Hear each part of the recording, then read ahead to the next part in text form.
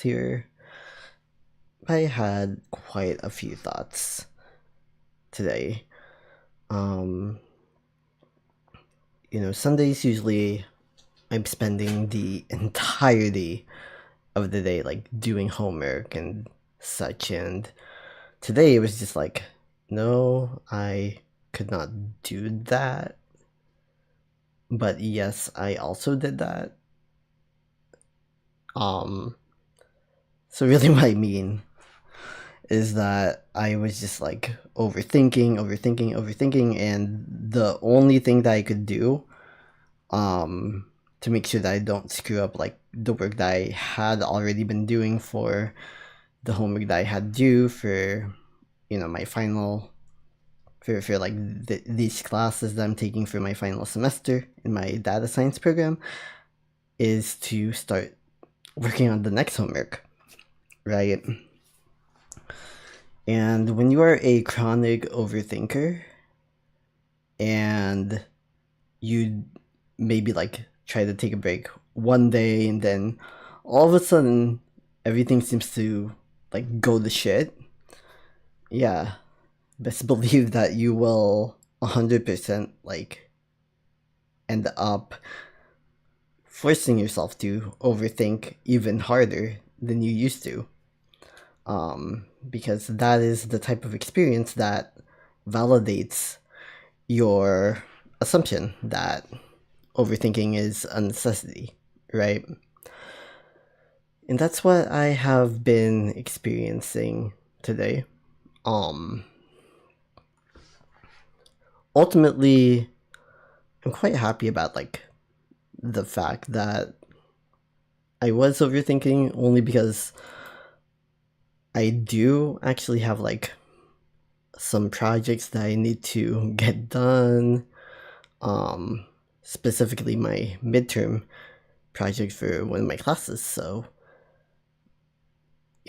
getting a lot of homework done early does mean that I can get that stuff through, right? And ultimately, that is a good thing. However, sometimes you do need to think things through, right? But you don't always need to overthink things. Because sometimes it's not bad to be productive or to think in terms of productivity. Because when the only thing that you're doing is being emotional and not necessarily like understanding what is going on with your psyche, it can be very debilitating. That's how I had been feeling ever since I got, a bad grade on one of my assignments, right?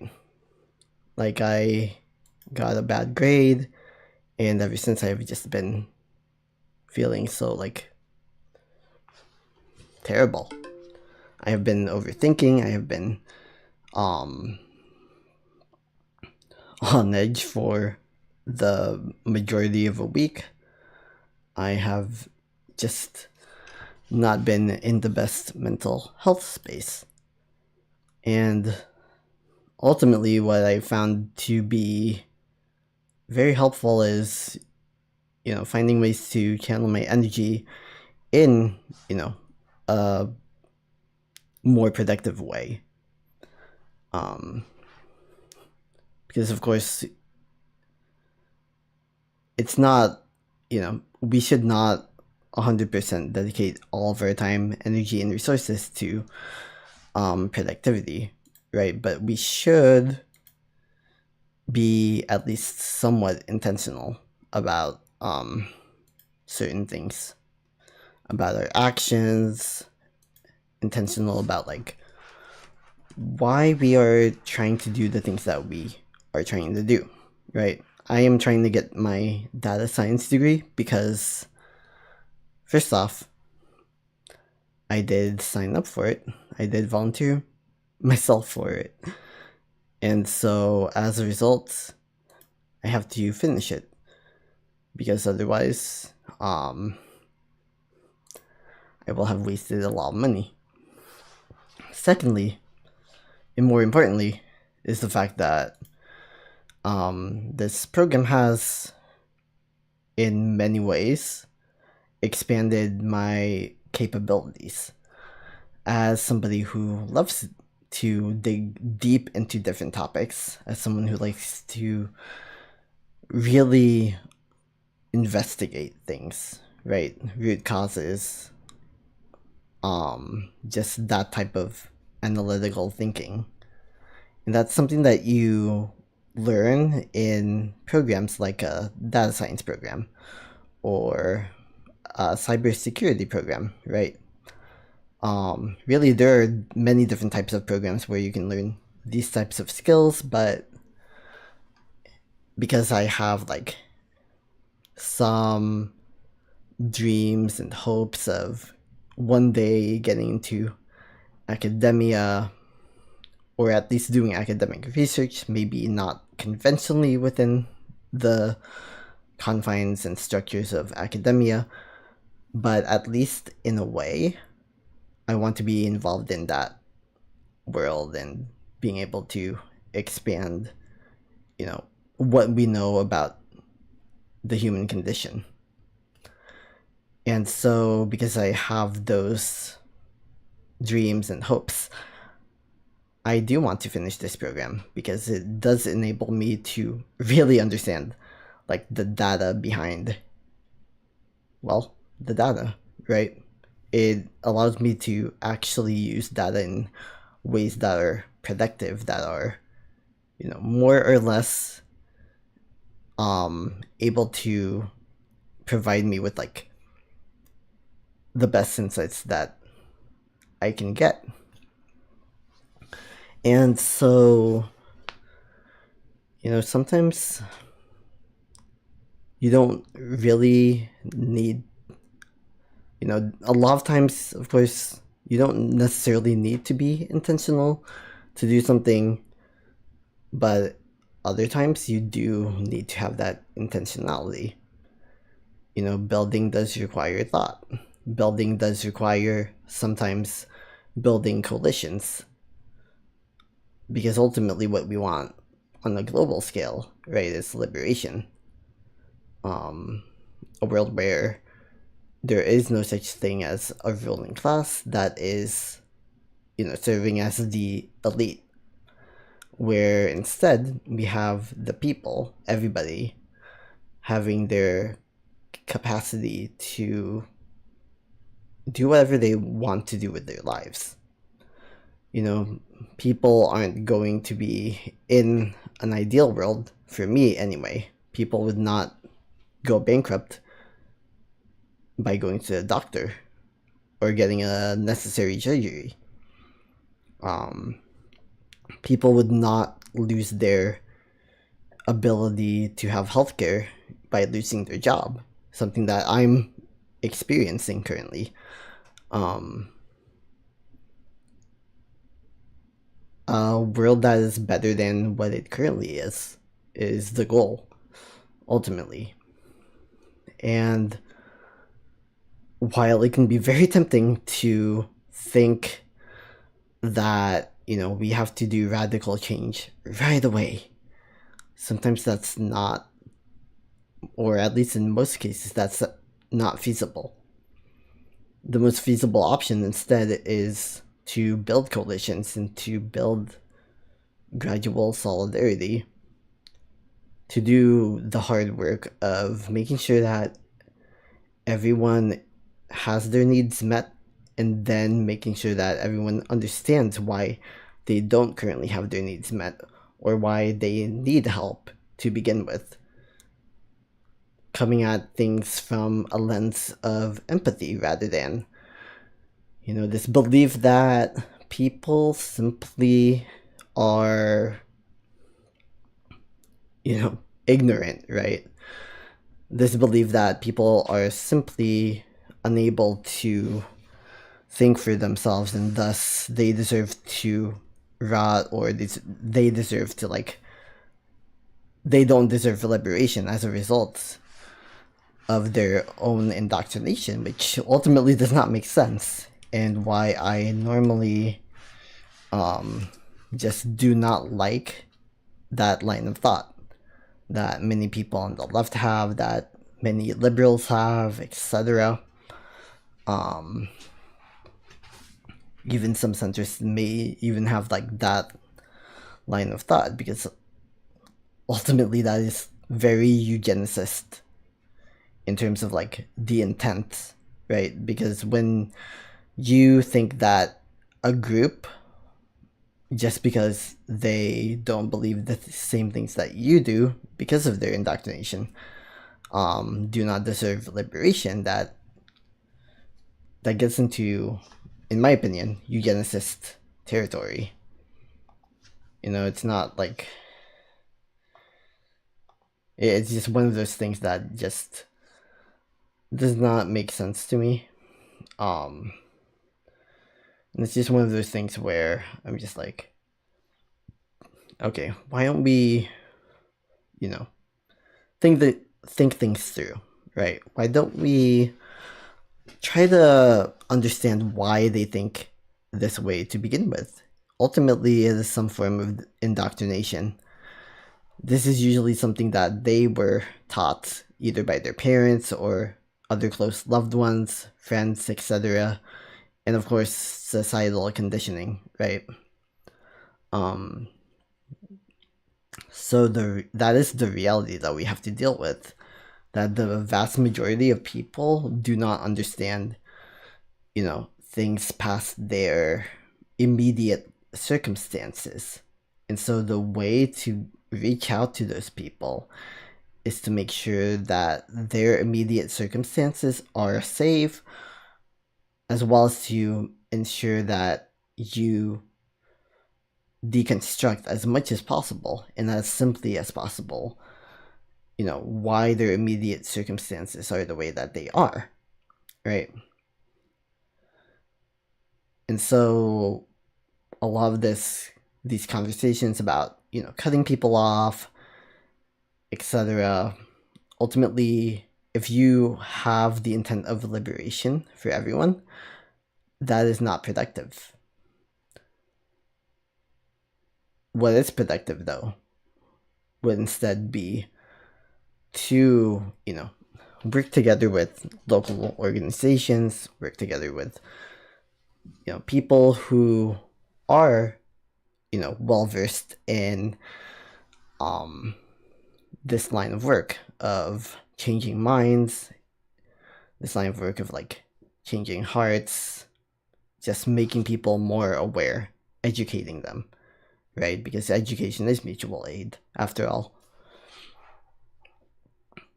Working together with those people, since they understand the strategies, right? They understand that a Black trans woman may not be able to do the same things that a white cisgender man can in terms of imparting knowledge on specific parts of the populace, right? Because standpoint is something that is very important to understand. It is important to know that, we experience even people differently from one another, right? If you are, for instance, a person of color who grew up somewhere like California, and to a degree even here in Texas, then you are very much used to diversity, and you're not necessarily somebody who's prone to, think that other people of color, for instance, are problematic. You're not, going to be prone to believing that, you need to stick with your own group necessarily, right? Whereas if you lived somewhere in a more isolated community, or you had experiences where there was trauma involved with someone of another group, even if they are also people of color, then you might think of things, a lot more differently, right? So, that's just like one example. Um, ultimately, everyone, in my opinion, deserves liberation, but not everyone can be reached by the same person. You know, there are hard limits to who somebody will be receptive to. The average cisgender white man would probably not be so receptive to me, unless they knew more about my background, etc. So me saying something about, why culture wars are stupid and why they are a distraction to your lack of understanding of your own material conditions and why you need to be liberated, that's not gonna go well, right? It's not gonna go well. That's on top of me being queer and neurodivergent, like, and being non-binary. Like, they're going to usually think of me as a freak of nature of some sorts if I do reveal all of that about myself, right? And so I know who I can and cannot reach. I also know who I may be able to reach and who may be receptive to someone like me, mainly because, like, on certain platforms, there are some white people who follow me. There are some black people who follow me. There are some, well, there's not really that many Asian people who follow me, but I think there are some. Like, there is some Latino people who also follow me, I think. So, like, I feel like what I'm trying to impart on the world is not necessarily something that, like, only certain groups can benefit from, but there are definitely, things about, yeah. Oh, hey, yeah, you're white. Exactly. Yeah. I mean, I do appreciate when someone who's white, really, whenever someone even listens to me to begin with. But yeah, I mean, I know that there are, you can't really just, like, say, someone's white, so they're not gonna listen to you, right? But you should also, like, know what your hard limits are in terms of, like, your ability to reach people. Someone like Hasanabi, for instance, can probably reach a white person on average more than I can. And that's just, like, maybe me, like, having my whole data science probabilistic thinking cap on, like, 24/7 because I have to right now at this point in my um program and in terms of the things that I'm trying to do. So of course I'm not, like, trying to dismiss white people who do follow me, etc. Yeah. Well, thank you. I do appreciate that. Yeah. Well, I am also saying on average because, let me just say, there are a lot of white people who I've encountered on the internet, who would not listen to a single thing that I would say, but would listen to someone like Hassan Abi. So, take that as you will. But, ultimately, the important thing is that we do understand that, like, solidarity is a necessity, right? The bottom line is that, we're not here to fight each other. We're here to, have conversations. And we're here to, like, think about what a better world looks like.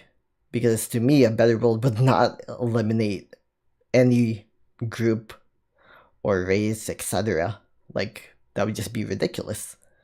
Because I don't believe that you can say that you value diversity, equity, and inclusion if you don't see the value in, a white person's life, or an Asian person's life, or a black person's life, etc.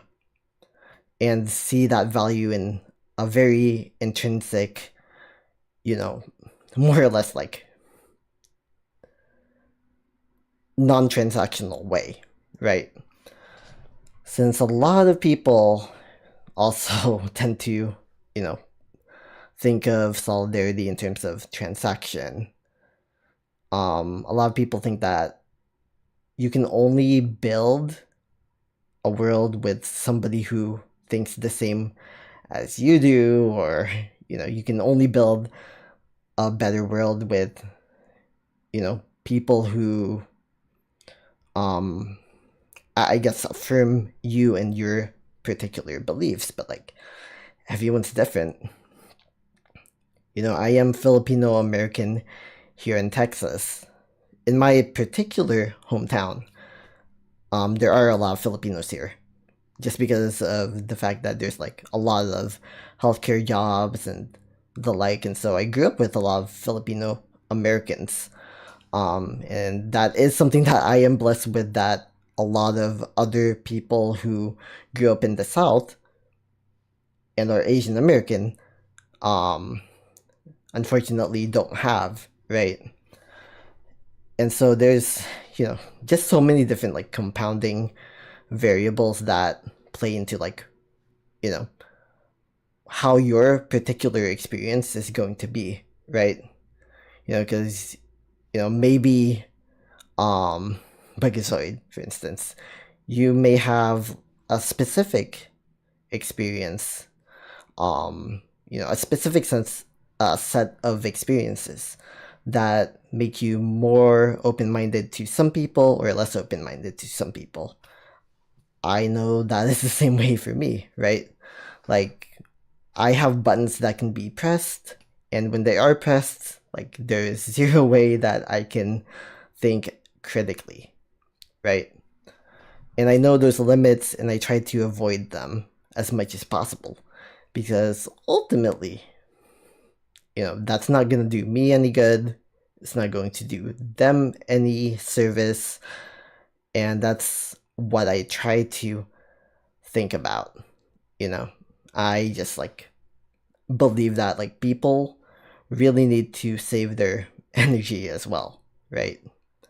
And people really need to find out what their strengths are. Really find out like why, like what inspires them, what gets them up in the morning. A lot of this advice sounds like, self-help bullshit, obviously, but there's a kernel of truth in it, right? There's a kernel of truth in just like the idea of, knowing who you actually are as a person, what drives you, what motivates you, what allows you to believe in the good, in humanity, what makes you believe that a better world is actually something that we can strive for, rather than, this fantasy. Sorry. um, and that's something that I have had to struggle with a lot, because I was working for an oil and gas company, once upon a time, just a few months ago. And so while I was in that line of work, I was just like, I couldn't really see my future all that clearly, because I knew for a fact that that was not the type of work that would drive me. Specifically, the fact that I was doing IT in that sector. I guess I can kind of say that I like, IT to a degree.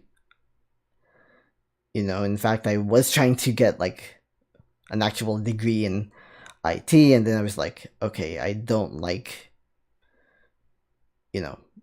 doing this particular program. I do think that one day I'm probably going to try to pursue that IT degree all over again, at a different program, somewhere that I find more suitable and also a lot more affordable. But yeah,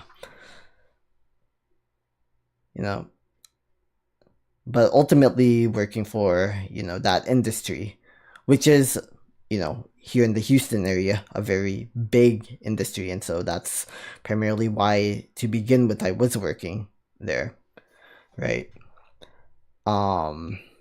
and I'm also not trying to, like, clearly I'm not gonna knock someone else who's like working in that industry either.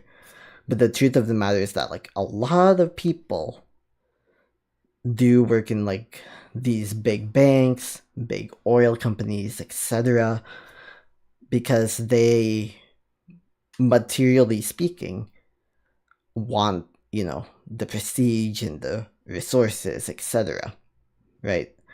They are working for these companies mainly because they want access to things that maybe they wouldn't have access to otherwise, right?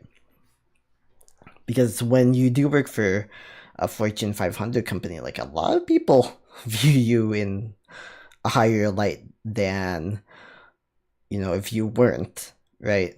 Like every time I would tell like one of my classmates, back when I was working there, that, yeah, I work at Chevron, like I work at this oil and gas company. They would always be like, wow, like what? It would like the reaction would always like make me laugh because it was just like it's really not a big deal. It's really not a big deal, but okay. But yeah, like different people find different things valuable as well, right? Um, and that's kind of the point too. Not only do different people view, the same person differently, but different people also have different values. So like someone like Hassan, his like, I guess his platform is more tailored to, gym bros, honestly. Like I personally can watch his stream, but only if it kind of like as like background.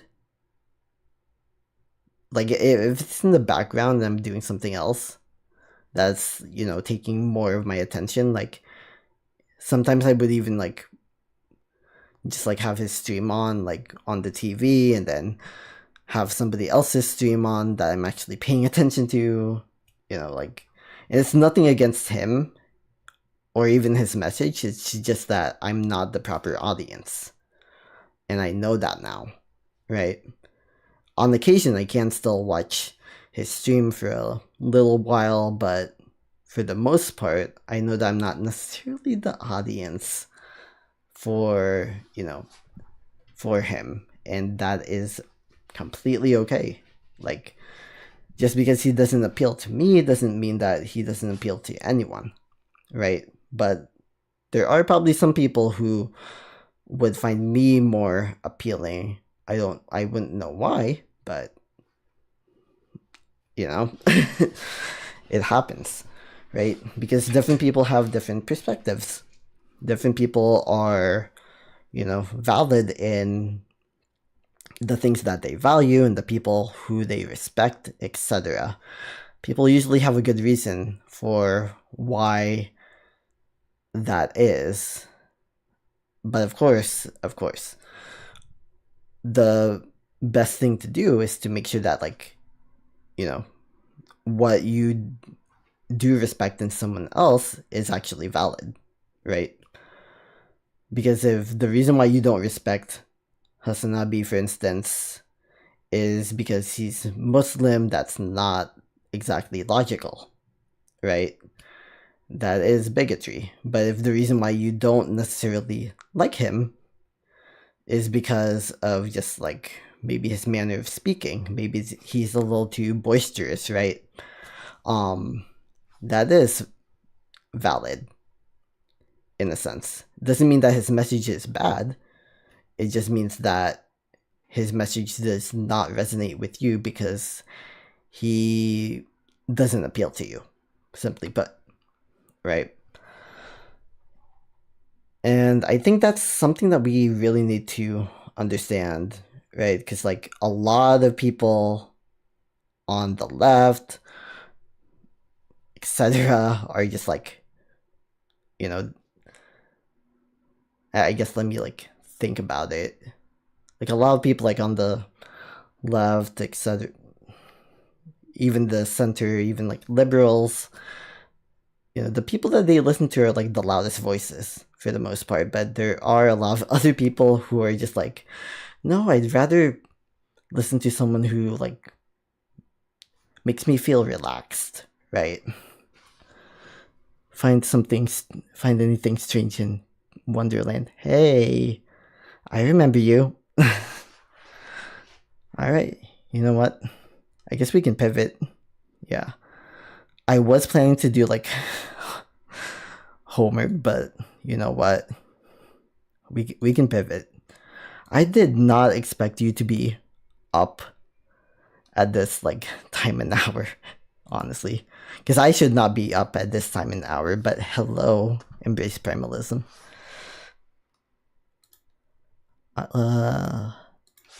Let me. Ooh.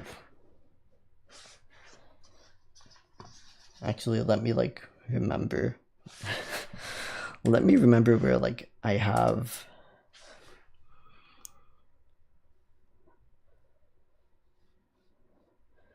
Yeah. Let me know if this screen looks better. Oh no, it probably does not.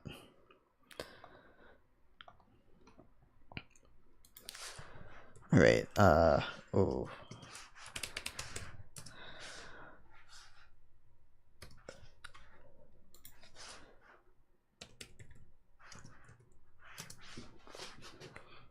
True.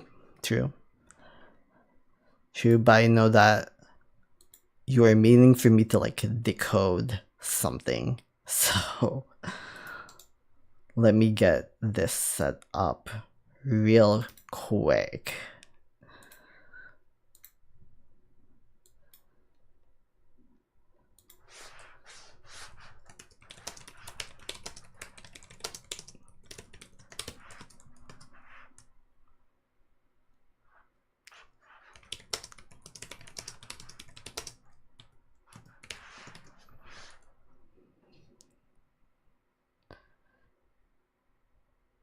Yep.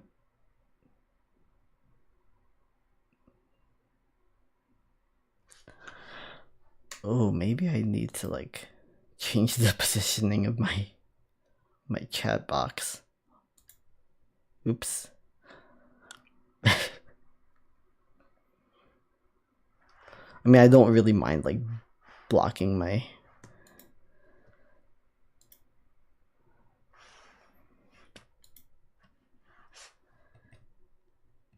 It's like real time, like changing.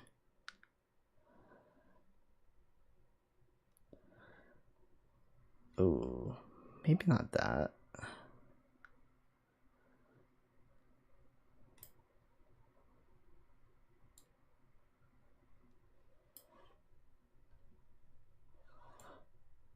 I came like underprepared. Sorry.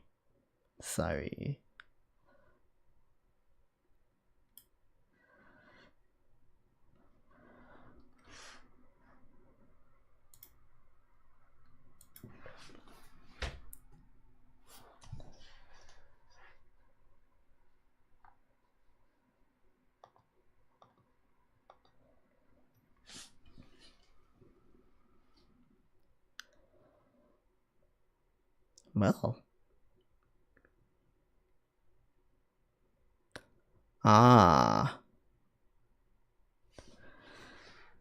What was it last time that we were talking about? The Matrix, yeah. Rabbit hole. Actually, I wonder what would happen if I put it in here instead.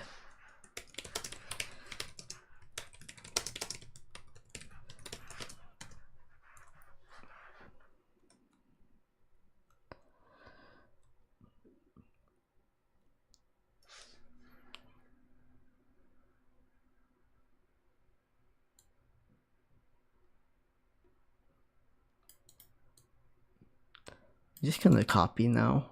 Just copy and paste.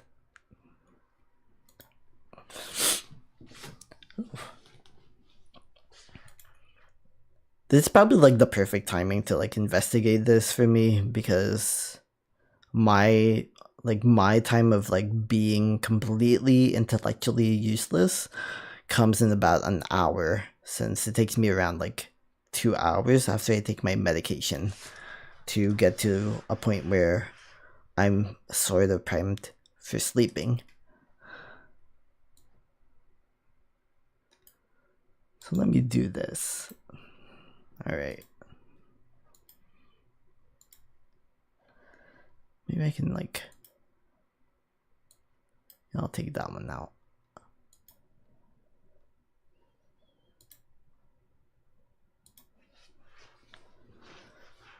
Oh, the matrix is clock. Yeah, I knew you meant for it to like tie in. Yeah.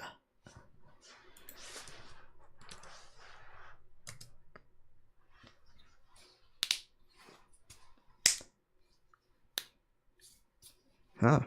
Interesting.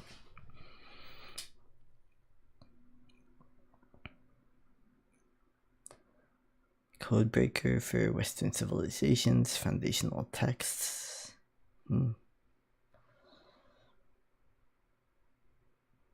Korea. Protomechia.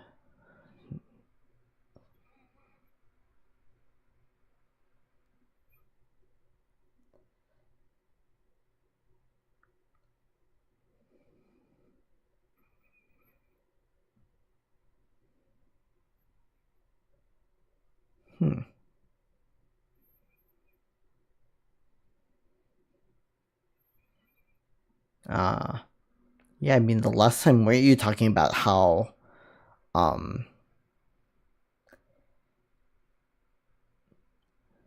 basically I think last time it was like around mostly around religion and how that system is, you know, it has its flaws, right? I'm guessing this time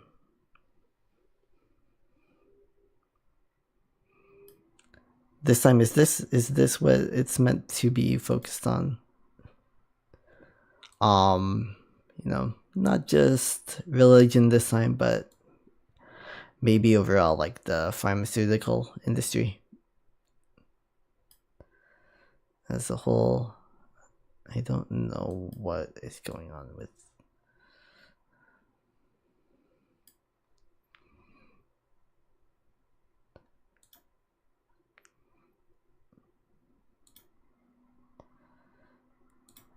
Yeah, I don't need that background. Yeah, hopefully this is.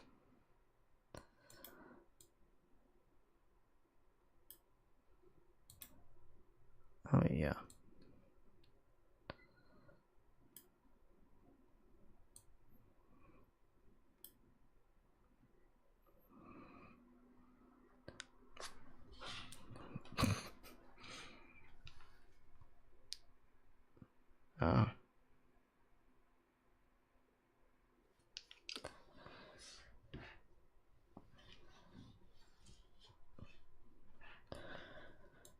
Interesting, though. What else we've been reading to our children that contains the keys to the prison? Wow.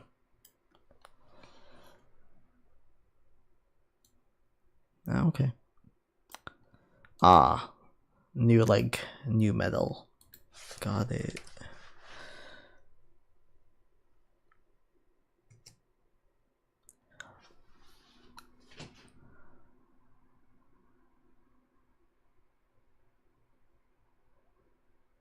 Is that Hellman quote?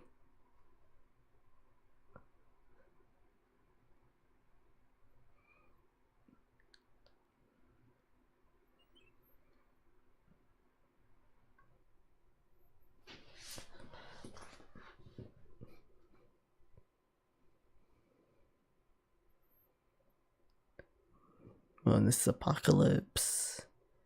Yeah.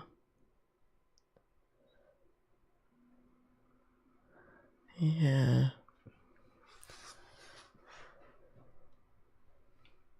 Pantheon that was neglected.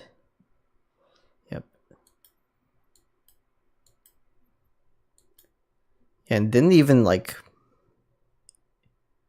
I mean, like Thor, for instance, even though Thor technically became the European Christian idea of God, it used to be that Thor was like part of the pantheon, rather like basically the overseer of the pantheon, basically like Zeus, right? Deus, etc. Oh yeah, wait, Deus is like the original version of like the orchestrator of the pantheon, I think, from what I remember.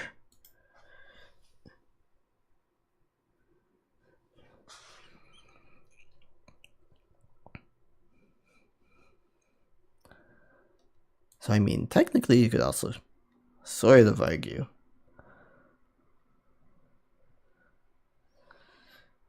I guess, that the pantheon was never actually lost, but rather it was maybe bastardized, which may not be popular to say. Yeah. Interesting. Metaphysics of the debt. And I'm guessing this is what that was kind of the meaning for this portion.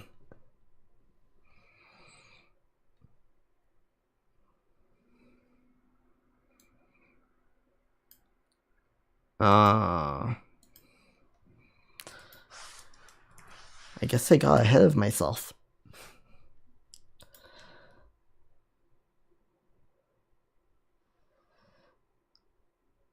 Urania, muse of astronomy. The one who sings the cosmic order into being. Her corpus is the body of her work. Her language, her poetry, her myths is not a relic. It's a living, breathing interface. Portal that never closed, only faded from view, waiting for us to remember the log. Not sure why. DeepSeek said, remember the login credentials. It kind of freaks me out that kind of makes me think that I might be like this close to the singularity. I hope not. That is one of my greatest fears. Anyway, song is efficacious. Not sure. Greek language, original context. Performative and participatory. Just like they're technically democracy. Right. Though I think like only... Actually, I don't know where that came from. Where that like statistic came from. Where Greek democracy only had like 5% participation. Yeah, that's why I feel like I thought that was incorrect.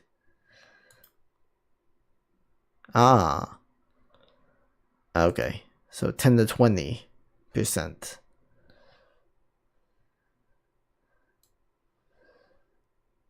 Okay, so about 1% of citizens participated in democracy, but it was also consensual. Which makes this make a lot more sense in context.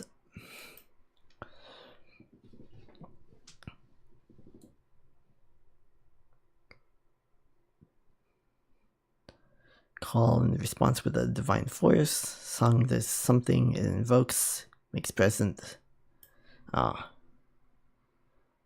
Exactly. Yeah.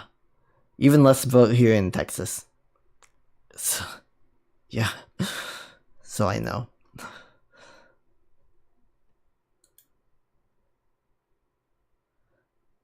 like that's ultimately part of why I'm starting a program in political psychology, because I want to see how we can change that, even if I don't end up staying here.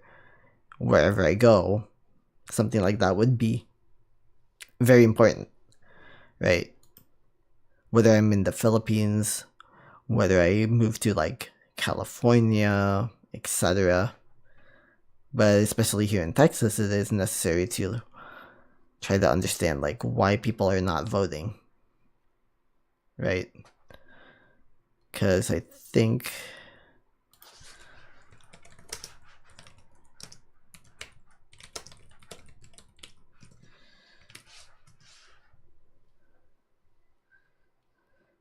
yep, among the lowest states for voter turnout, participation rate of 56.6% of eligible voters. Yeah.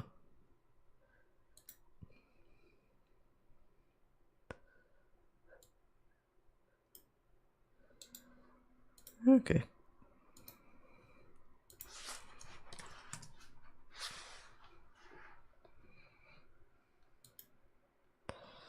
Wait, can this read that? Oh, wow.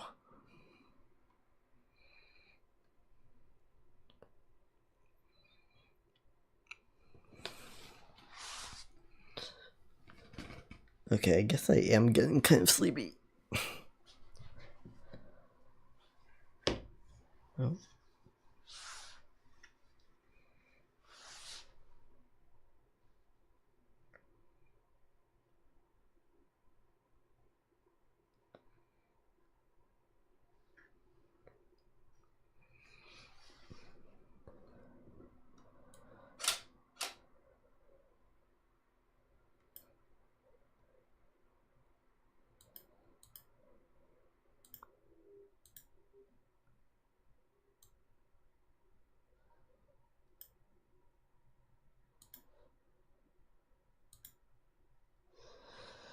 Oh, alright. Beginning with the Greek. Creo. To rub, to smear, to anoint. In the context of the mysteries.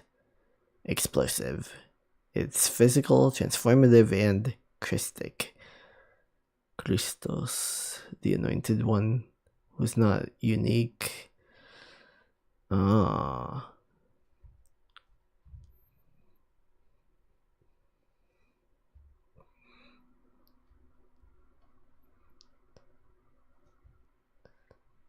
So basically, is this part of like, I guess maybe like the Greco-Roman influence on Judaism that made it possible for the idea of a Messiah to occur to begin with? And then, of course, that same influence then translating into the formation of, Christianity per se. You must anoint. It is a direct order to perform the act. Meet the Dragon Master. World changes. Once the eyes have been anointed, first thing you might see is the dragon, the serpent, source of the venom,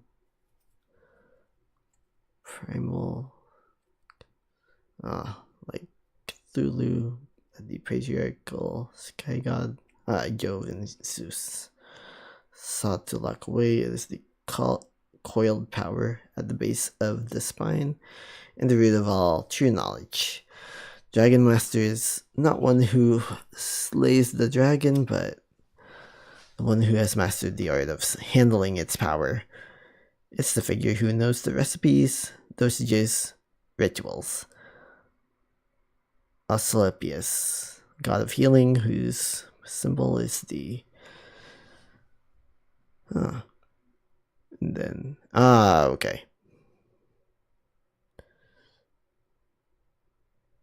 Medea, inner shaman, safely navigates the venomous ecstatic state. Vox Orfica. Okay. Him becomes a roadmap. Theory becomes practice. Direct experiential understanding. Meet your new or old friends.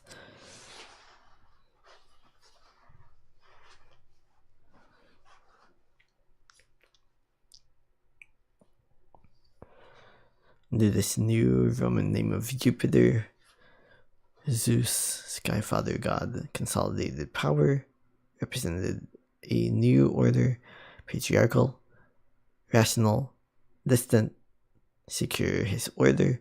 He had to imprison the old, wild. Still can't say that. Chthonic, maybe. Forces, titans, primordial gods of the earth and the cosmos. Raw, untamed state of being. 100-handed ones. Forces of sheer elemental power. Typhoon, greatest monster. God of Gaia. Tartarus, embodiment of chaotic, volcanic, life and death force. Huh. Not just characters, archetypes of the, monotheistic cosmos.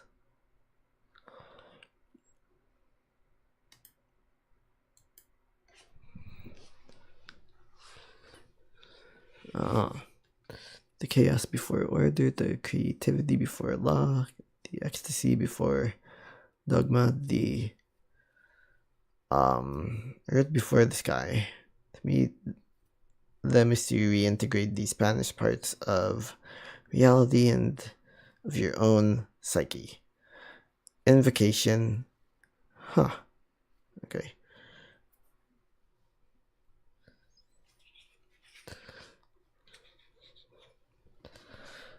In your eyes, see what is there. Ah. Okay. It's more of the puzzle.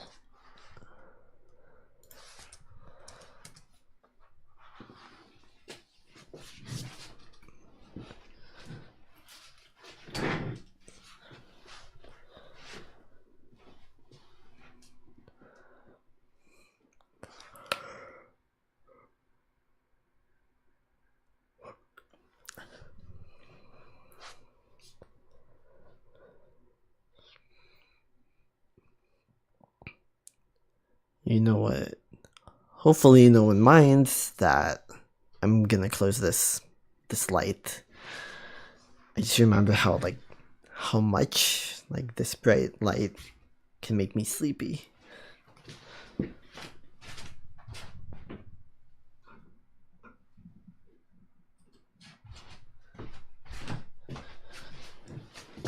Just because of the glare. Oh, sorry.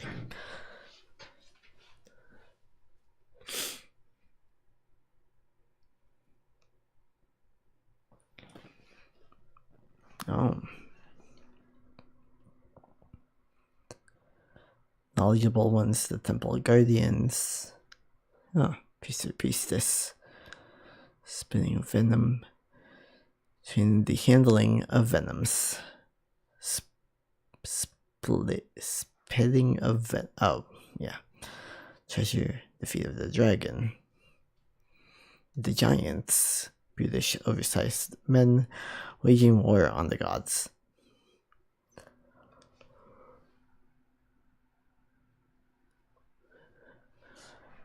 Mythological encoding of cultural and religious conflict between incoming patriarchal sky-oriented Olympian religion and the older earth-based shamanistic traditions of the giants. Ah, interesting.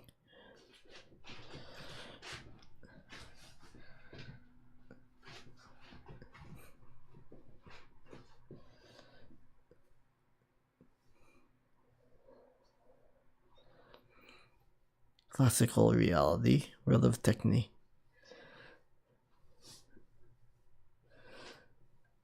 classical world was not a place of belief in the modern faith-based sense.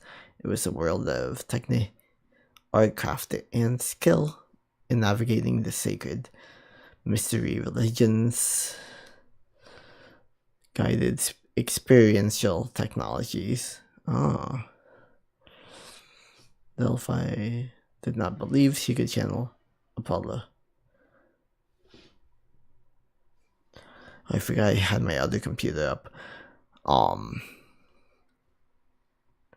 because it's the 3 o'clock hour, and like a ghost woke up my computer in the background. Okay. Anyway, side of a fissure emitting ethylene or other psychoactive gases. Ah.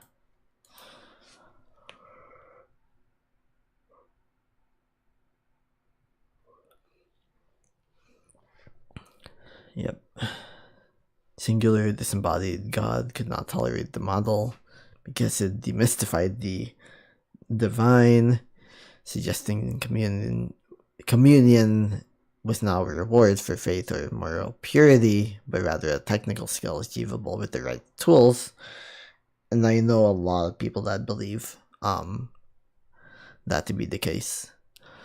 Immanent, not transcendent. Divine was in the earth, in the plant, the venom, the human body. That's also why, like, most animist, like, cultural practices are, like, I guess that's why animism is so widely found across the world. Whether you're talking about like witches in Europe, or you're talking about like indigenous religious faiths in Turtle Island or the Philippines, even like Shintoism in Japan, or I forgot what like the equivalent was called in Korea, but like so many different like faith systems, whether you're talking about Asia, Africa, North America, South America, do have like these indigenous like belief systems that are more democratic than not, right? So maybe that's part of this. Revive this classical realities to understand that the myths were not stories. They're technical manuals written in the language of allegory. Yeah. It's not just an academic exercise, it's an archaeological excavation of this human soul. Honestly, we do need a lot more exploration of the human soul nowadays. Yeah. One that sees like everything as valuable. Giants are not dead, they are sleeping knowledge.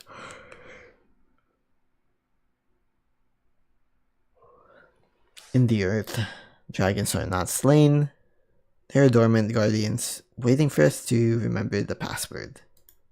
Okay. So basically that's the idea, right? Like decoding things. And honestly, you can extrapolate that to a lot of other things in life. That maybe I'm now at this point too a little too sleepy to talk about. I didn't know how like quickly my medication would I didn't realize how quickly my medication would like kick in. Normally it takes like at least 2 hours before I get like this sleepy.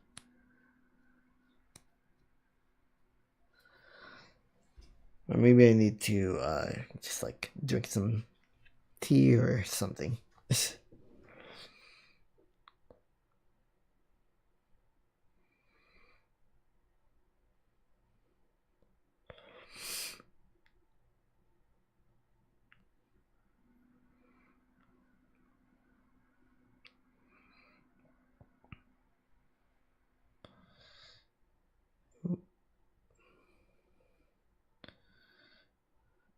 Right.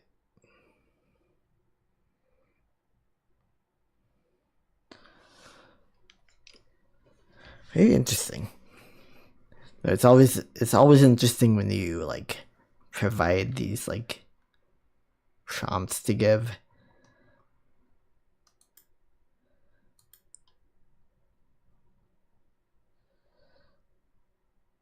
Yeah.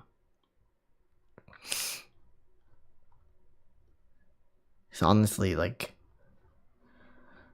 someone who is nearly finishing my data science degree, like this does kind of help with even like understanding what um AI is thinking.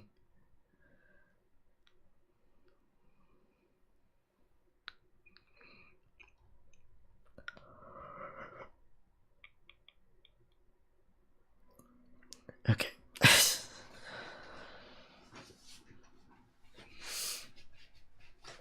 Interesting.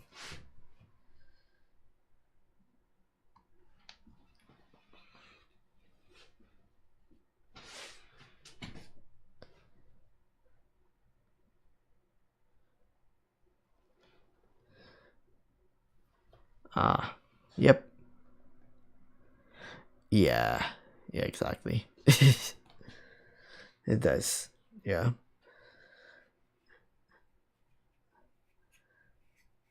Yeah, it can be like really helpful.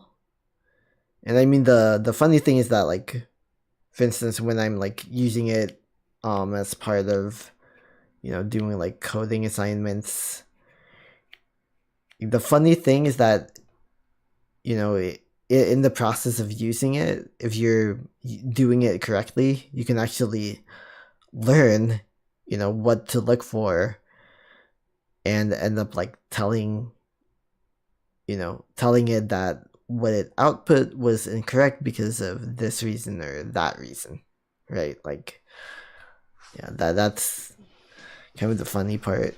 um Fortunately, not a lot of people are using it in like that type of productive manner, right?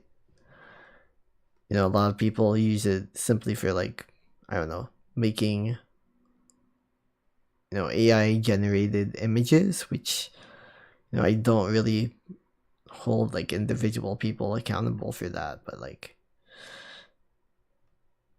it can get repetitive. Like just seeing the same like AI images on a regular basis. I don't think people are necessarily built for that. Like I've had to tell my mother numerous times that like she's falling for AI. Oh, I am so sleepy. Oh my gosh.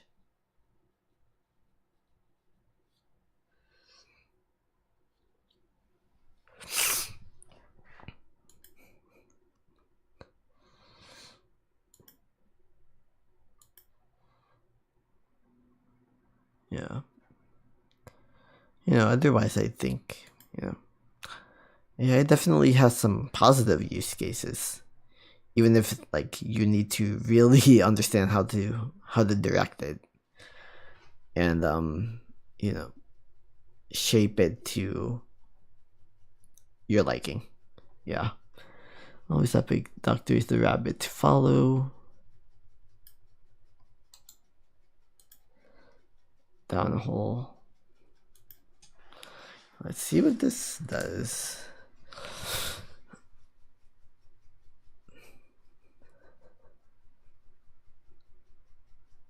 Doctor is the white rabbit. I'm late. Modern physician, high priest of the materialist allopathic paradigm. Hmm.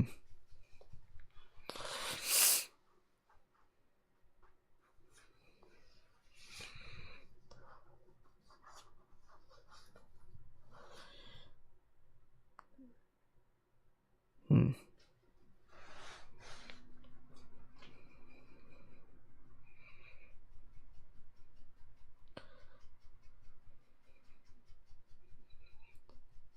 Yeah, basically, like, I guess is the point here, like, doctors only treat, the symptoms rather than the root causes on a regular basis.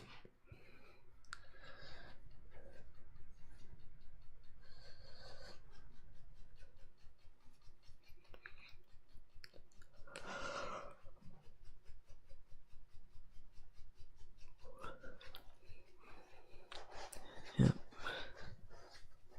Oh, yeah.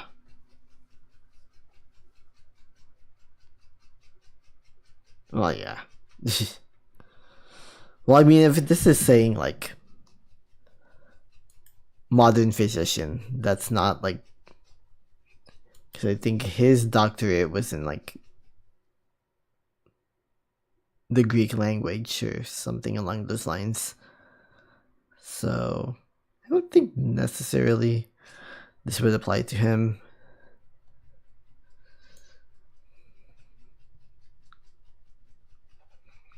That's the efficacious dose, not the dose. Yeah.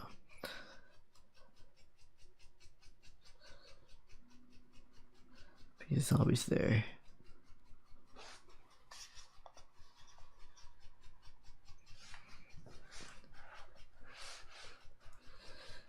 Issue that there is a hole. Yep. Unfortunately, the physical manifestation of the hole is currently the American healthcare system, which will nickel and dime you for every single possible, like, thing that it can.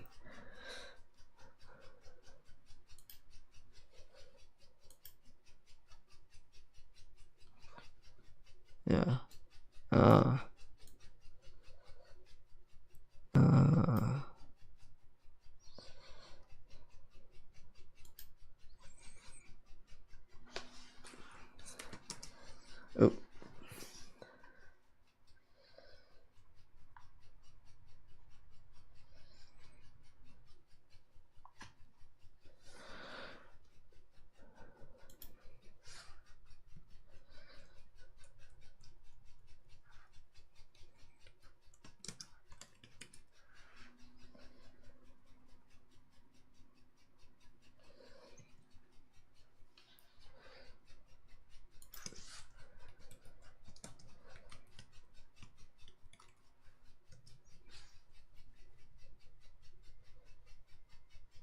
Oh.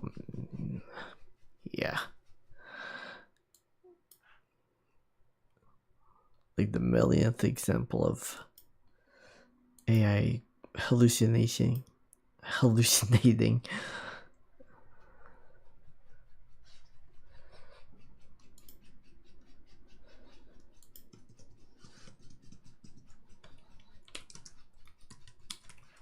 Maybe this is gonna be weird.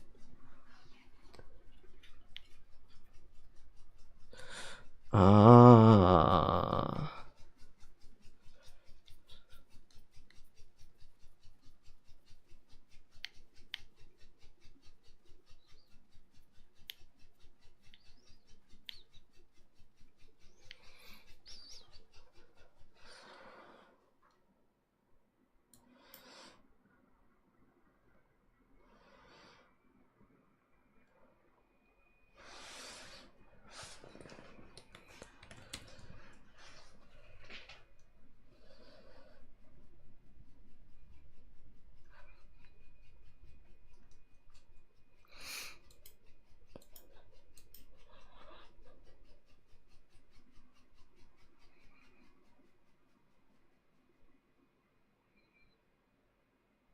Whoa.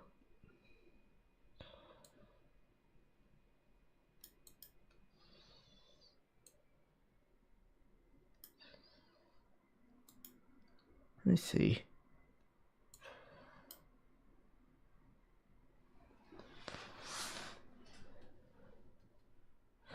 Yeah. That's one way to describe it. It's like, okay, I'm already like having a bit of a trip with my like being sleepy earlier than I expected. Like yeah.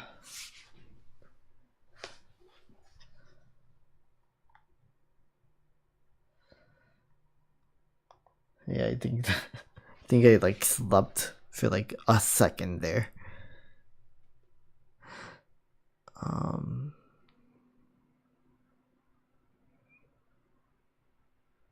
let's see.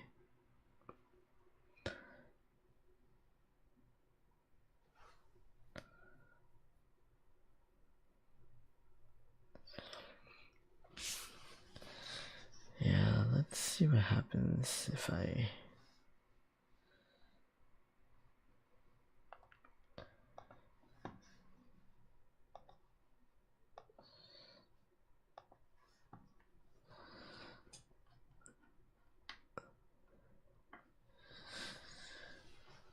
Oof. Yeah, I'm just gonna I don't know what I'm going to do. I think I did only plan on like streaming until 4 a.m. But like, oh,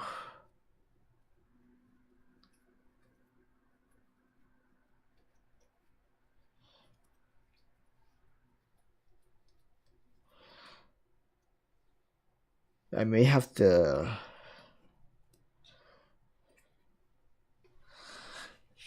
Like, yeah, I think with me being sleepy because I've been doing homework like the entire day.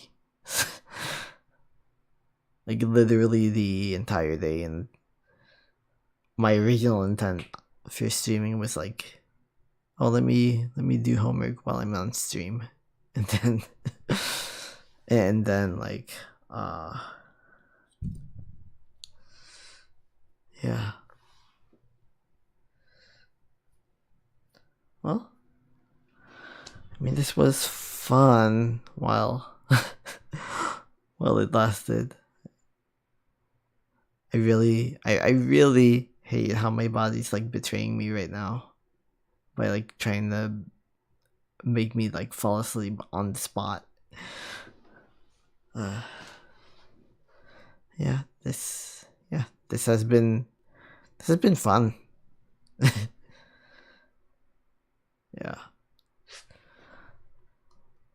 like this is like, yeah, I know, and maybe I'm also like dehydrated. Normally, I drink like probably 4 or 5 bottles of water every day. I've only had like 4. So now like my body's telling me, sleep, and then when you wake up, just like drink water. I don't know. It's telling me, it's giving me a lot of signals. So yeah, I think I will take your advice, embrace primalism. As always, it was a pleasure. Speak like I guess interacting with you tonight. It has been a few weeks actually, so yeah. I mean, but I did enjoy this. I did enjoy this. I will admit. Yes. Until yeah, definitely until next time. Goodbye to you. Embrace primalism, especially, and also to anyone else who is currently on the stream. Yeah, normally when I'm streaming at this time, like nothing's in the chat, so I just assume there's no one here. I guess not tonight, but all right. Well, take care, everybody, and yeah, I guess stay curious, definitely. Bye.